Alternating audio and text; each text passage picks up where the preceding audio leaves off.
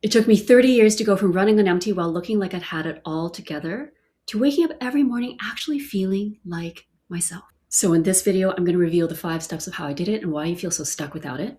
And make sure you stay all the way through to step 5 because that is the biggest kind of change that's going to bring you the biggest breakthrough and ease in your life in the long term. But before I can show you how, you have to understand where I came from. So this is me at around 6 years old. I grew up in what I sometimes call the Texas of Canada in the 1980s. And Asians weren't exactly well loved. I had a lot of family friends and adults in my life in our community that would often tell me stories about how it was in as recent as the 1970s, where there were still signs on some establishments that said, no Chinese or dogs allowed, if you can believe it. And growing up, I got really good at hiding my emotions, what I was thinking, and ultimately being really stoic. And I got also really good at being productive, hardworking, getting good grades. In fact, I was consistently an honor student, where I was good enough, but also not exceptional. So I wouldn't stand out, because standing out, frankly, it wouldn't really be that good for me.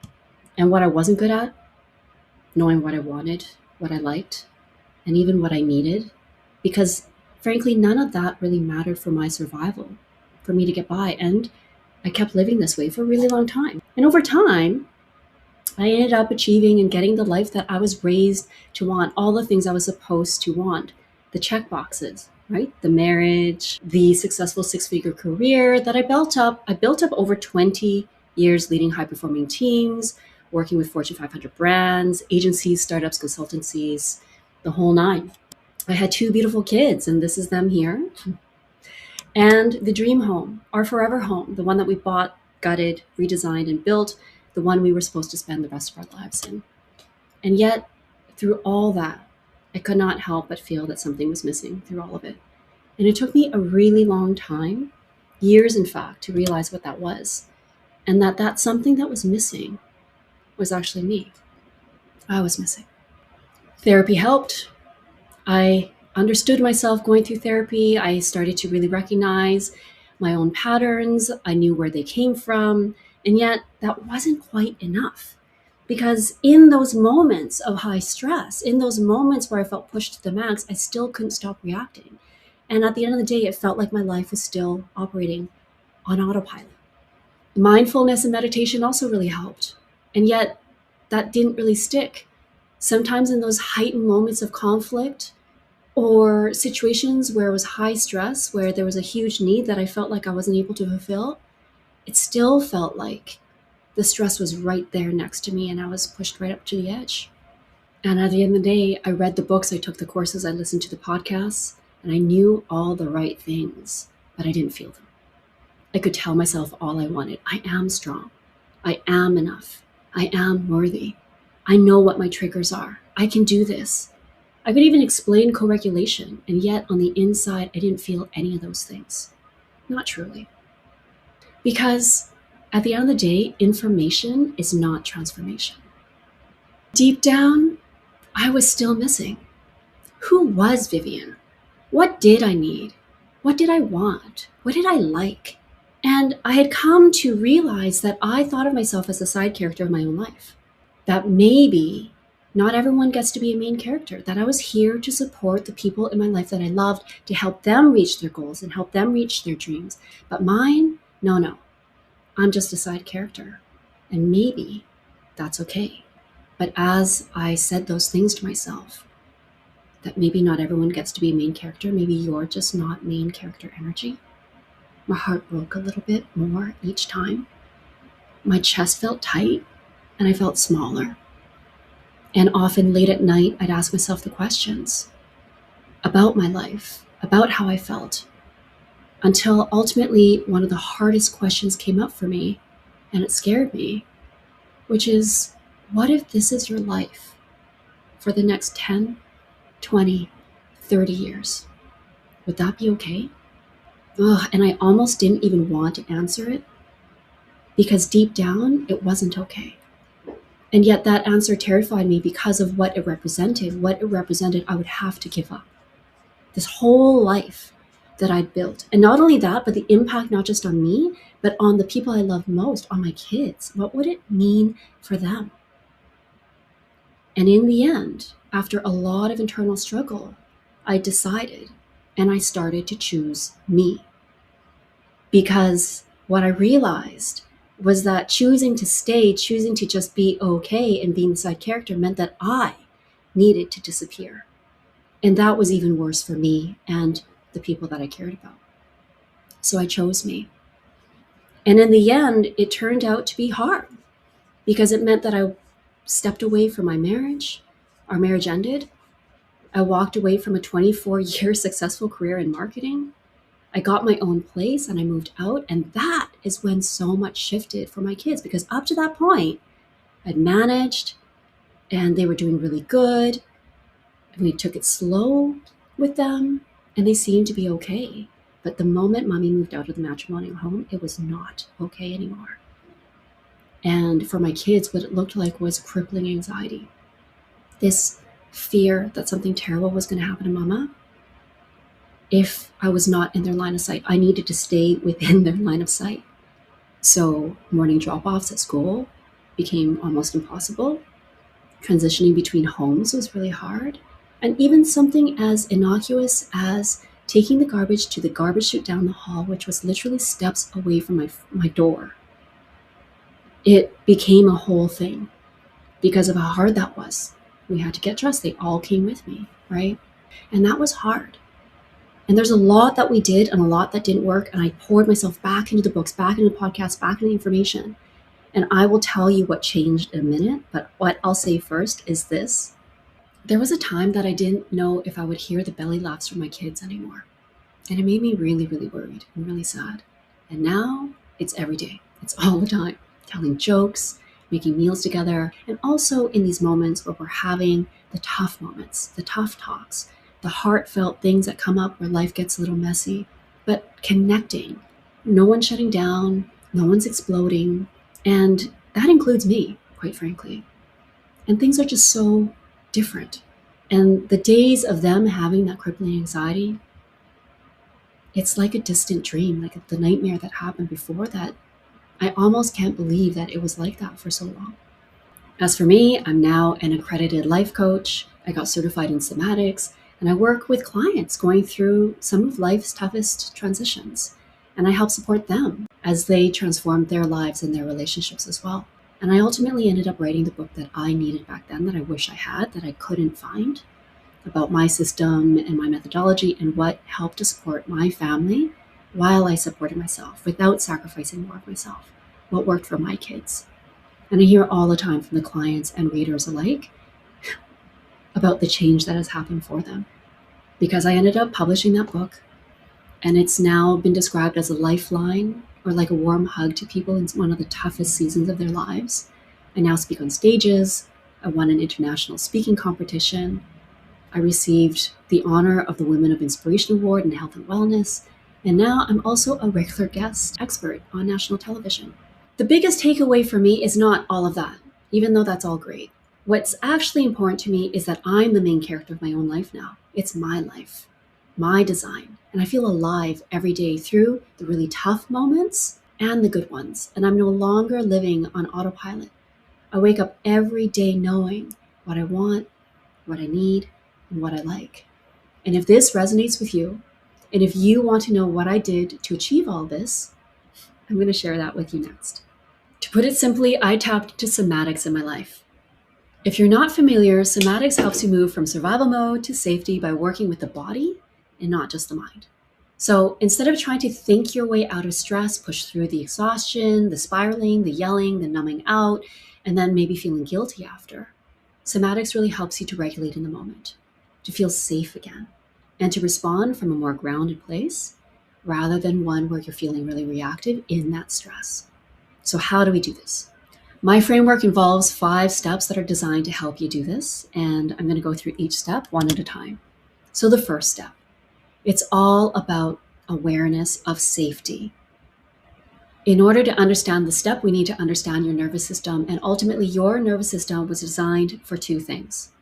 One is to help you survive, and we're all familiar with this, fight, flight, freeze response, right? You know that part. But what you might not know is that your nervous system was actually also designed for this other aspect of things, to help you to connect, create, and to perform to the best of your ability.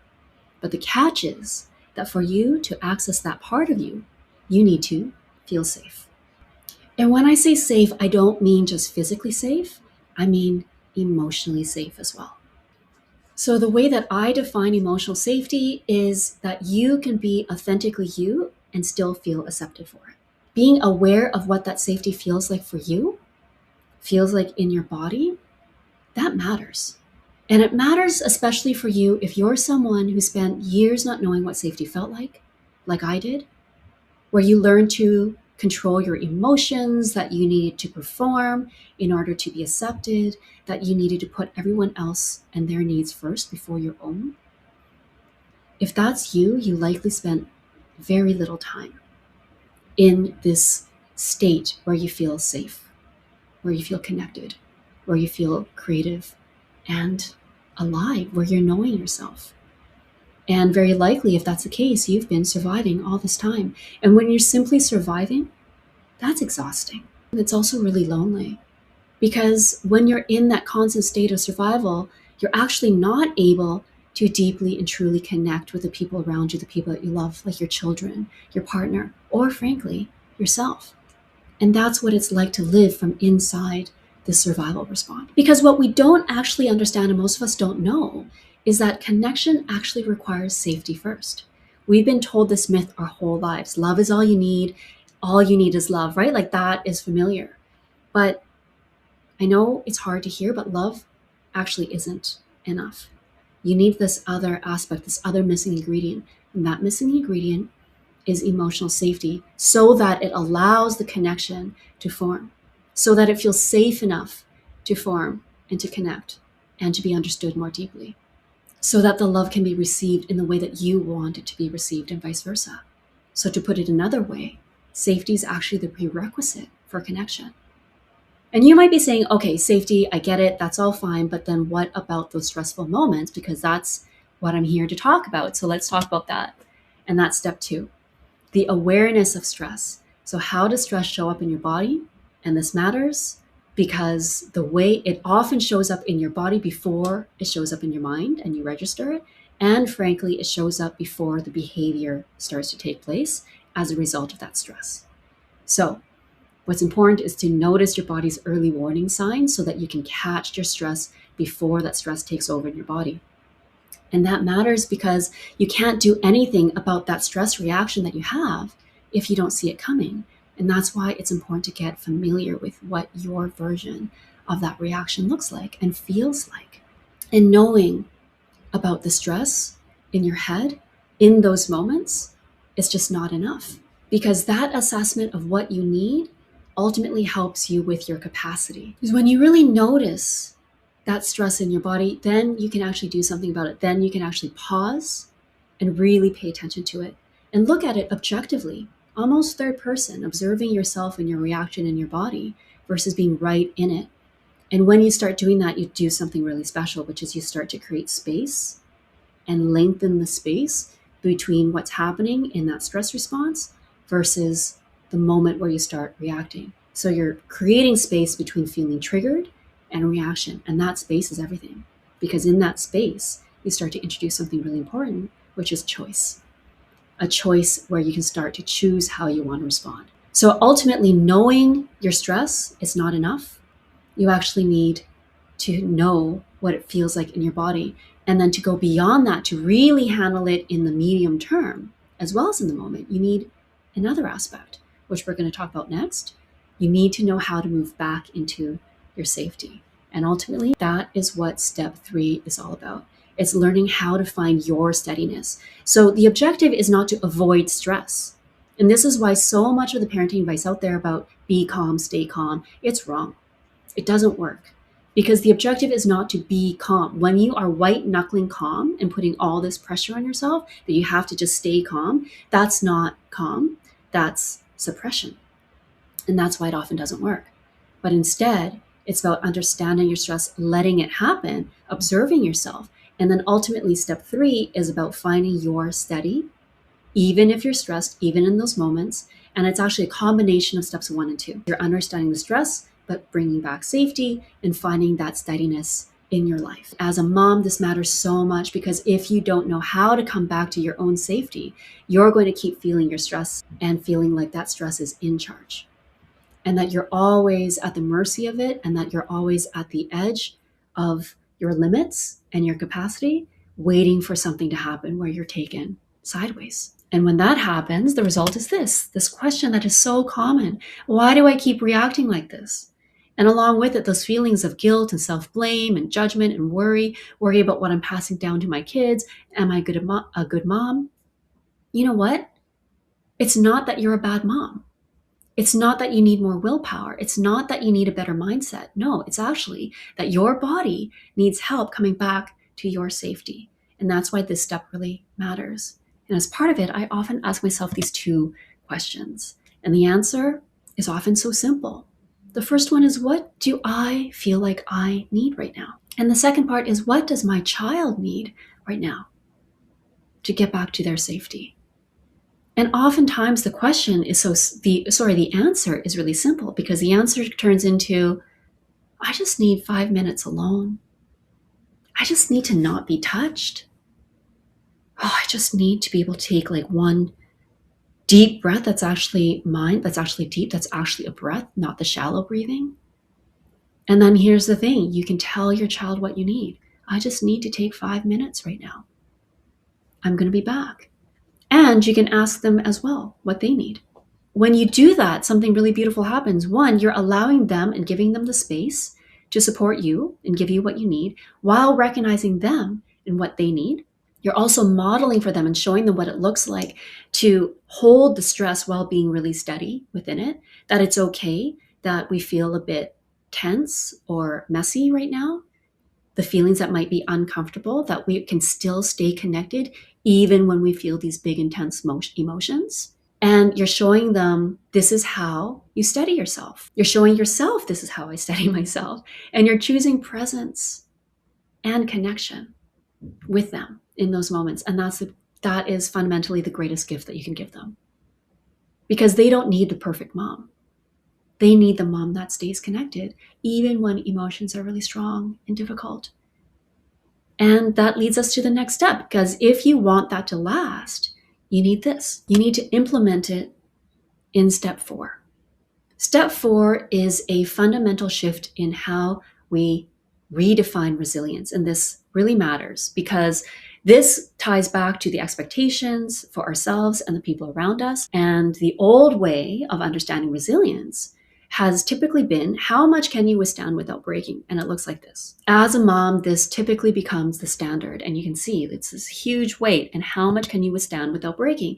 And the issue with that is that first is the old traditional way of understanding it. And second, this way of living comes at a huge cost because the expectation is put on the person to just sustain and withstand all this. And as a result, you're always pushing through and you're carrying this huge weight. And maybe you're feeling like you can't quite make it. And then the judgment comes and you don't feel strong. Instead, you feel tired, you feel short-tempered, you feel numb or overwhelmed.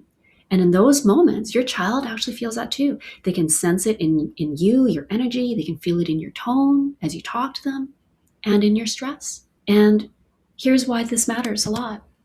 And what can happen when you start to shift this, because real resilience, the original intention behind the word resilience and the way it was defined, is actually how quickly you recoil or bounce back. And the somatic definition of resilience is how quickly you come back to your center. So then when you think about that, the question shifts from how much can I withstand? How do I get through this? Where there's no other option, you just have to sustain it, right? Versus, what do I need to come back to my safety? How much do I want to deal with? How much can I deal with?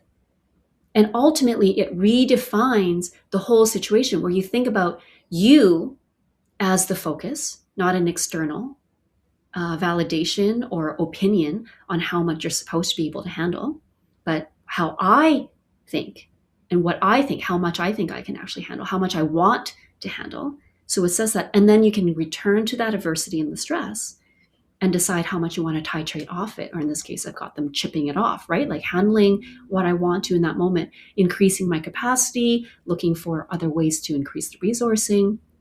Because ultimately, the true strength is not about endless sacrifice. Instead, what it is it's about improving your capacity. It's about how you feel about it, your relationship with it. It's about the ability to be adaptable and moving back and forth in dealing with that adversity while you hold strong to who you are and your authenticity. And that is the version of resilience I want for you. That's the kind of resilience for you to model to your children, that they don't have to withstand and uphold and sustain, but rather they can assess for themselves what they want, what they need, and how much they're able to confront and ask for support when they really, really need it. And then that leads me to the last step, which is frankly the most important step, which got me to where I am today. And it is the step that is the most transformative part of this work. And it really is the long-term work, because steps 1, 2, 3, are all about the moment of stress. Step 4 begins to bridge the gap between the moment into the medium to long term in terms of your perspective and how you perceive and deal with resilience, not just in the mind, but with yourself and your body. And this step 5 is really where the deep lasting change lives.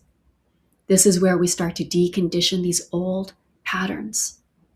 And at the end of the day, it's about reprogramming that old operating system that exists within you that you may or may not realize, and upgrading the things that you had inherited to the things that you desire for yourself.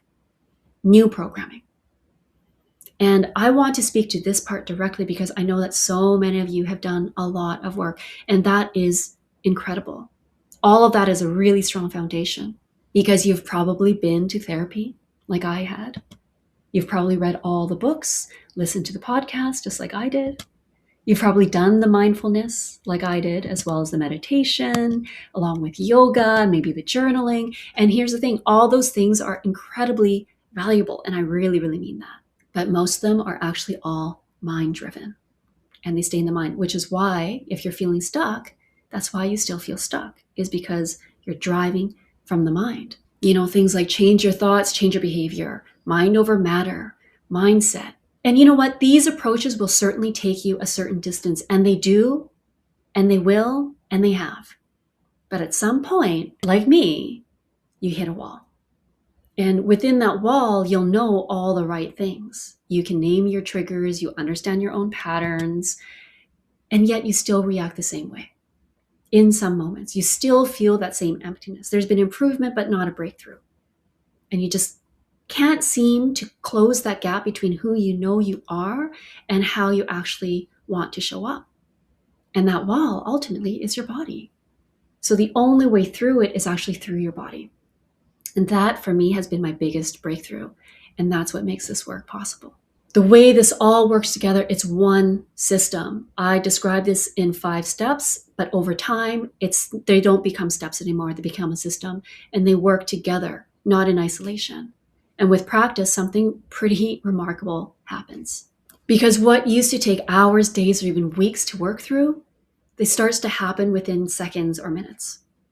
And in that time, you might catch the activation, you know what safety feels like, you know what you need, and then your resilience practice kicks in. And then if you've been doing this deconditioning, you can start to bring in that new patterning and start to replace the old one. And what happens is layer by layer, just like an onion, you start peeling it back and get to the core of who you are before all that conditioning happened, where your behavior, your thoughts, and the way you feel start to snap into alignment. What's powerful about that is that over time, the things that used to derail you completely, they don't even faze you anymore. And it's really not that you stop feeling stress. It's actually that it starts to take so much more to push you into the place that you used to go in that stress, where you feel like you have more capacity, you have more steadiness, and you have more of you available to you, especially in those moments that really matter the most. And that's the work. And what's beautiful is that it is actually available to everyone. Yes, but how does that look in real life, right? So let me give you a few examples. A client came to me because she was in a space where she was second guessing herself a lot. And she noticed that she spent a lot of time ruminating on how she would phrase these things that these big decisions that she wanted to make in her life to the people in her life to get them on board. because she really felt like she wanted their validation and their approval. And in those moments, when she would go to them, quite frequently, they would push back. They disagreed. She got a lot of negative feedback. And so it was like a feedback loop. Then she'd spend more time ruminating, thinking about, strategizing how she would convince them about the things that she wanted to do in her life, and then receive that negative feedback. She knew that something was up. She knew that she wanted to change. She didn't want to keep second guessing herself like this. She wanted to have confidence. She wanted to have confidence in her life, in her work, in her parenting, and her relationships with her people that she loved. And we started to work. 2 weeks in, she was telling me that she had decided to change her career. And she had decided she was going to talk to her boss and make the change. And I asked her in that moment, did you end up talking to your friends and family? And she caught herself and she was so shocked because the answer was no. This work that we'd done in working with her, getting her connected to her body, all of this that I've talked about, within a couple weeks, it's not that she had intentionally stopped asking the people in her life. It's that she organically, very naturally stopped doing it because it wasn't needed. Because that's how confident she felt in herself and the decisions that she was making. And something that she said to me even later on, as we finished the work together, she said that this work didn't just change her life, but it changed the life of her kids and her kids' kids, that they would likely become better adults because of this work that we did together, because the way of being completely shifted for her. So that's one example. I had another client who came to me because she was navigating several life transitions at the same time, one of which was a divorce, and she was really concerned about wanting to make sure that the harm that her children felt was minimized, especially because she was noticing some things come up with them where the normal behavior was shifting, and she was concerned about the new behavior that she was observing. And in the time that we worked together, we went through my whole system as well as the deconditioning. And what was so profound was this one insight that be calm, what we talk about all the time. And in her words, that's all you read about, hear about, see, right? That when this shift away from just be calm shifted into her getting back to the heart of who she actually was, into the beautiful, active aliveness that existed within her, the whimsy and the beauty and the joy.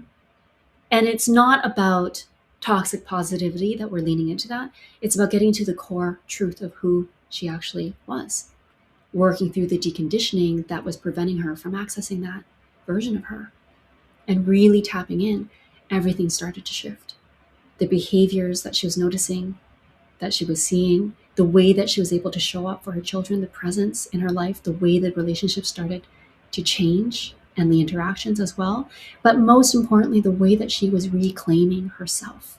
It was so powerful. I'll give one more example of a client who came to me at a time when it felt like they were losing everything in their life. Their job, their marriage, their home, even loved ones. And it was a really dark time for them. And they noticed that they often would feel stuck into a freeze response where they couldn't respond when things would happen. And that's not what they wanted. And so we went through my system and my frameworks and my practices. And on the other side, what they reflected back on was, I've never felt more peace than I do now. I haven't felt peace like this in over 10 years. And despite all these things that are happening in my life where I should be stressed out of my mind, I feel so calm, so peaceful and empowered. And I feel like I'm seeing the person that I was from before. This stuff works. This is life-changing. Okay, so after watching this, you might be asking yourself, okay, but how do I actually do this? Well, it starts with knowing where you're stuck. Which one of these steps is the one that's holding you back? And take some time. You can reflect on this, or I can help you figure that out. And if you're interested in my support, the next step is really simple. You can book a free 20-minute call with me. And what we'll talk about is where you are and what's actually keeping you stuck and where you want to be. And I promise it is not a sales pitch or anything like that into some kind of 10-week Soul Mother Accelerator program or something like that. It's just a conversation. The link is right here below. And if this is something that really speaks to you, I'd love to meet you. Sending you love.